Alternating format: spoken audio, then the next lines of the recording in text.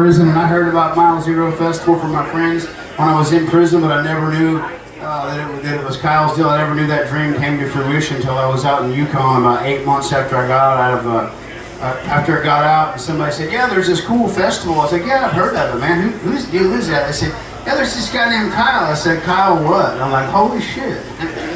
I said, "I haven't had his number in 6 years because, of course, I've been locked up, and I probably had 15 or 20 burner phones before then trying to keep up with everybody's stuff. I was involved in a bunch of stupid stuff, and we finally reconnected, and it was a hard thing to wait a year to come down here because I didn't want my parole officer to say, "Hey man, you can't come a week before." But, aren't you guys ready for the super heavy song?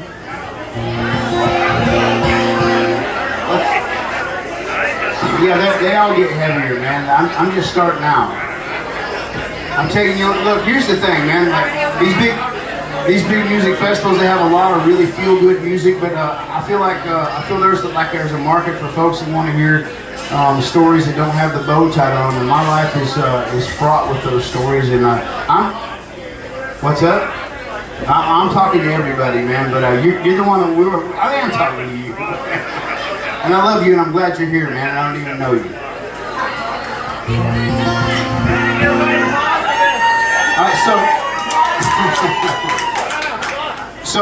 This is a new song. It's a really heavy song. I'm going to tell you a little bit more about my story because I'm just an open book. You're welcome to ask me anything about my life, and I promise you I'll tell you the truth. So I went to prison because I chose to get behind the wheel of a car after I was intoxicated, and I took the life of another human being. I pled guilty to it, and I served 6 years in the Arizona Department of Corrections. That happened in October, so Octobers are always really rough for me. I thought, at one point that I'd kind of made peace with it and I'd moved on, but it never happens. And just this last October, I was playing down at a Roger Klein's camp out in southern Arizona on the same week that this accident occurred. My wife, she's back at the hotel right now because she ain't feeling good, but she's been battling breast cancer for the last year. And when I was down there playing this deal, and I was really emotional about what I had done, still living with that. My wife had just had surgery a week before, and her oncologist calls me and said that her cancer had spread into her axillary lymph nodes. So it was the closest I ever came to relapsing. I was contemplating either putting a bullet in my head or pills in my mouth, both which would have the same consequence. I'd probably be dead in a week.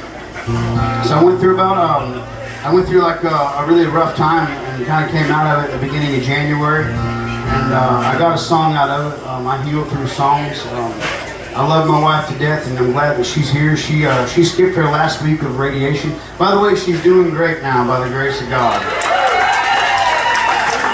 She skipped her last week of radiation to come down here and hang out. She told her radiologist, "I won't do radiation if I can't go on this vacation." It's been a rough year, and I'm super proud of her. And I wish she was here with us today, but she wasn't feeling good this morning, so she's been walking around a lot, seeing a lot. She's a music lover.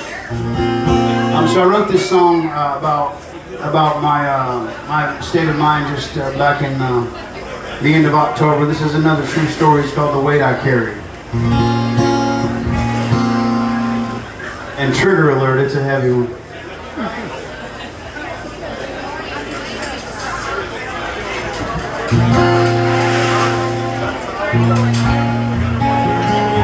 Again, thank you guys so much for being quiet and listening to my songs. It means everything to me, and if I could pay you all $1 million for your silence, I'd do it in a heartbeat.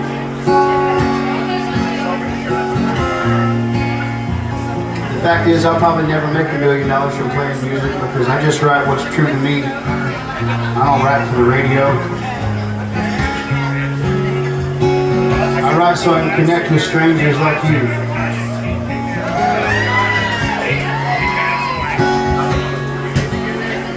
The relapse wolf scratched a hole through my door. He's sitting on my couch, his blue pills on the floor. I can see him real clear, it's eye to tooth. I've been up all night staring at the news.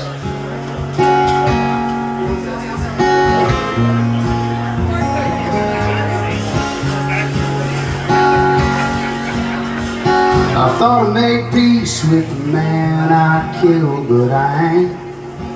I just covered it up with a different color paint.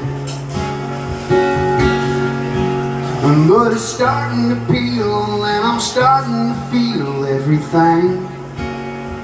Every October I live it all over again. And this weight that I carry, it's 20 stones high, 10 bones deep. It's got me down on broken knees, but praying to God that it ends one way or another. And hope is an apparition. Well, this condition I'm in's got me falling again. I'm under the ditch and my heart's caved in. The monarch of misfortune, I hold the crown.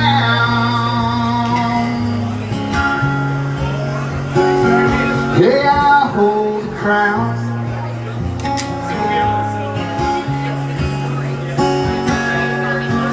Well, my wife's real sick, she's got a look in her eyes that says, God, come get me, the cancer's taking my smile.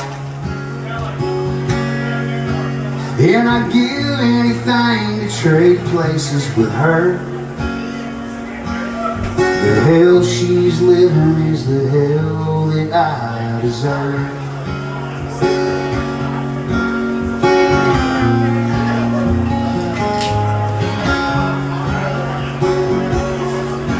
I've got a rebuilt engine in my head and it's running lean. The choke cable's broken and it backfires when I breathe.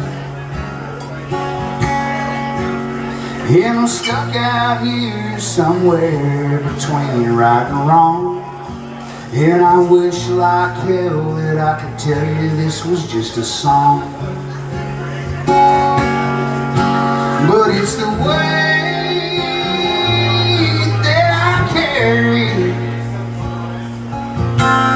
it's 20 stones high, 10 bones deep. It's got me down on broken knees, praying to God that it ends one way or another. And hope is an apparition. Well, this condition I'm in's got me falling again. I'm under the ditch and my heart's caved in. The monarch of misfortune, I hold the crown.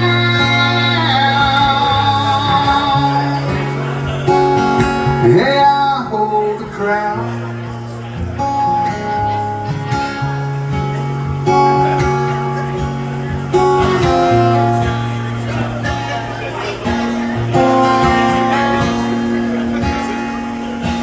Everything gets quiet and time slows down.